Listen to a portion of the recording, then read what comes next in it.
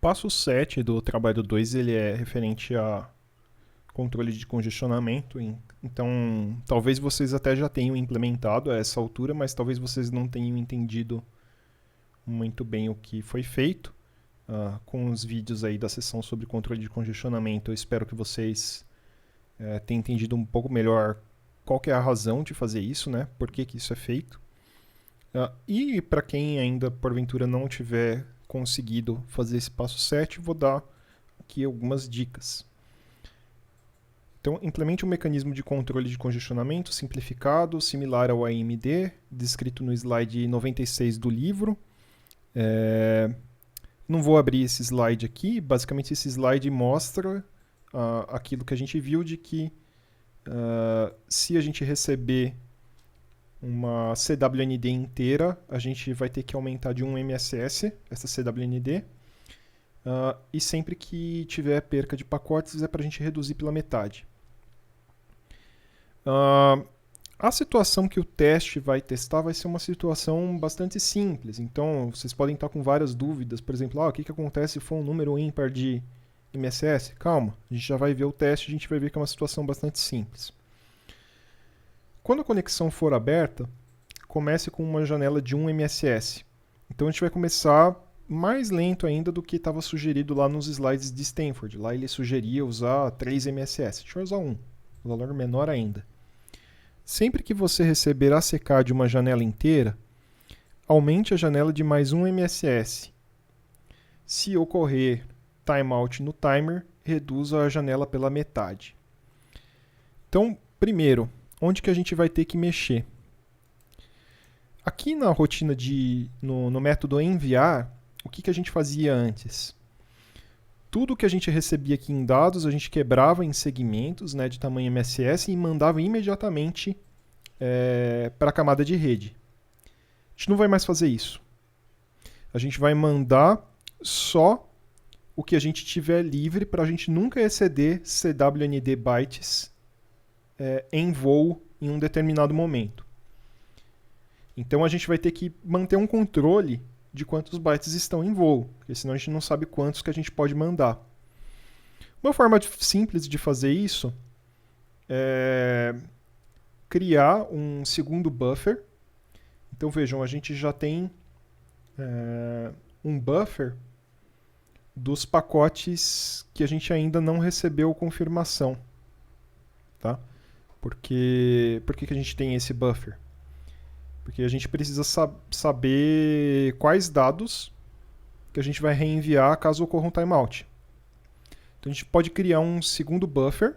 Vejo que esse buffer ele pode ser um valor do tipo sequência de bytes do Python. Não precisa ser uma classe, fila, não sei o que, mas ele se comporta como se fosse uma fila. Então por isso que às vezes eu vou chamar ele de fila, esse buffer.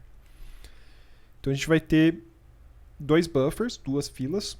Uma que a gente já tinha antes, que é para os pacotes que foram enviados e ainda não foram confirmados. E outra para pacotes que a camada de aplicação solicitou enviar, mas a gente não conseguiu enviar ainda. Como que a gente sabe quantos bytes estão em voo, não foram confirmados ainda? Len, tá?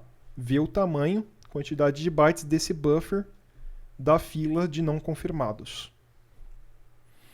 E daí, o que a gente pode fazer? A gente pode mover da fila de bytes que não foram enviados ainda a diferença, CWND menos esse tamanho, a gente move para a fila de enviados, mas não confirmados. E, obviamente, quebra isso em segmentos e manda para a camada de rede. Tá? Então a gente transfere de uma fila para outra. Pode até criar um método separado para fazer isso.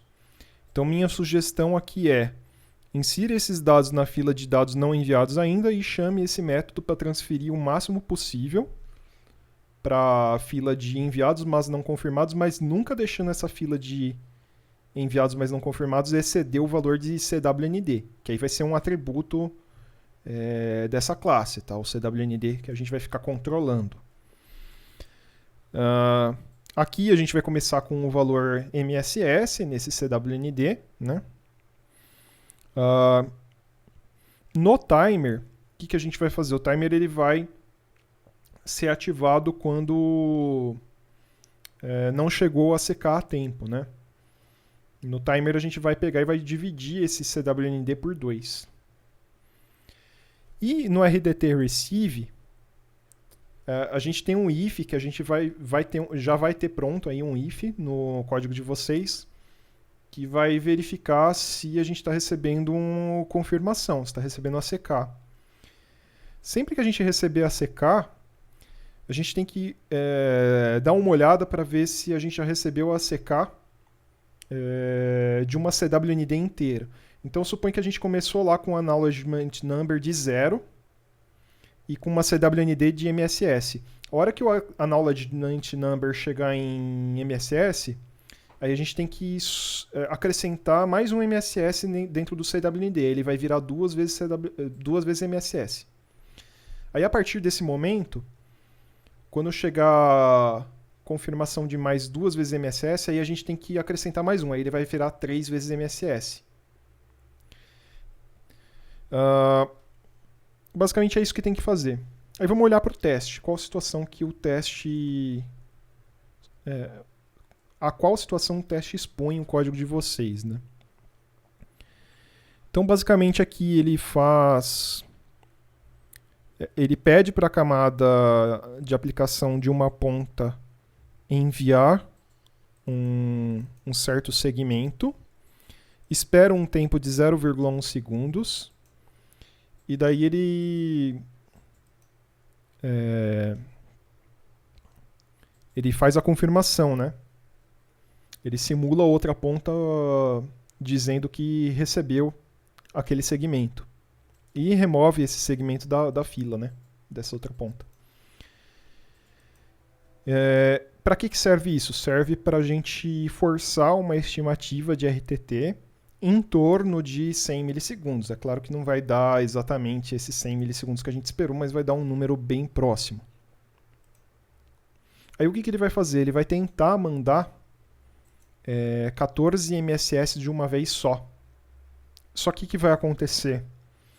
Ele não vai conseguir mandar tudo isso de uma vez só, porque a gente tem um CWND limitando o tanto que pode ser enviado de cada vez. Então, da primeira vez, ele vai conseguir mandar 2 MSS. Por que ele vai conseguir mandar 2 MSS da primeira vez? Porque aqui ele já tinha enviado um MSS e já recebeu confirmação. Então, ele vai acrescentar 1 no CWND. Depois ele vai verificar se ele conseguiu enviar 3 MSS de uma vez só. Depois 4 MSS de uma vez só. Depois 5 MSS de uma vez só. Então, basicamente, se vocês olharem aqui esse loop, ele fica esperando, né, aquele tempo. E daí vê se depois de esperar esse tempo de 100 milissegundos, chegou de uma vez só essa quantidade aqui. Aqui está expresso em múltiplos de MSS, tá? Se vocês olharem aqui o insize onde que é usado, ele vai lendo aqui MSS por vez e comparando com o payload para ver se foi enviado o que era para ser enviado mesmo. Então, aqui é aquele aumento que vai aumentando de um em um, né? Sempre que é enviado uma janela inteira, a janela aumenta de 1 MSS. Só que quando ocorrer o último envio, esse envio de 5 MSS aqui do final, ele vai esperar um tempo a mais para fazer estourar o timer. Com isso vai acontecer a retransmissão de um único segmento. Vejam que a retransmissão a gente não mexeu. A retransmissão continua enviando apenas um MSS, ele não fica tentando enviar uma janela inteira. Por quê? Porque senão a gente vai estourar, vai ter um congestionamento lá e a gente vai mandar um monte de coisa de uma vez só quando for perdido um único segmento. Então o objetivo não é esse. Então vai ocorrer essa retransmissão e, além disso, a gente vai reduzir o tamanho da janela pela metade. Então vejam que esse tamanho de janela, como foi confirmado aqui 5 MSS, ele, em condições normais, ele subiria para 6. Só que agora a gente quer que ele caia pela metade. Então ele vai para 3 MSS. E depois, como a gente não vai mais causar timeout, ele vai continuar aumentando normalmente. Então ele, depois de serem confirmados esses 3 MSS, ele vai aumentar para 4. Depois de serem confirmados esses 4, ele vai aumentar para 5 e assim por diante. E aí acaba o teste. Então, em linhas gerais, vamos recapitular. A gente tem recepção normal, sem perca. Até que a janela aumente para o valor de 5 MSS. Aí, quando ela aumentaria para 6, ele causa um timeout. Isso vai fazer ela reduzir pela metade, que vai para 3.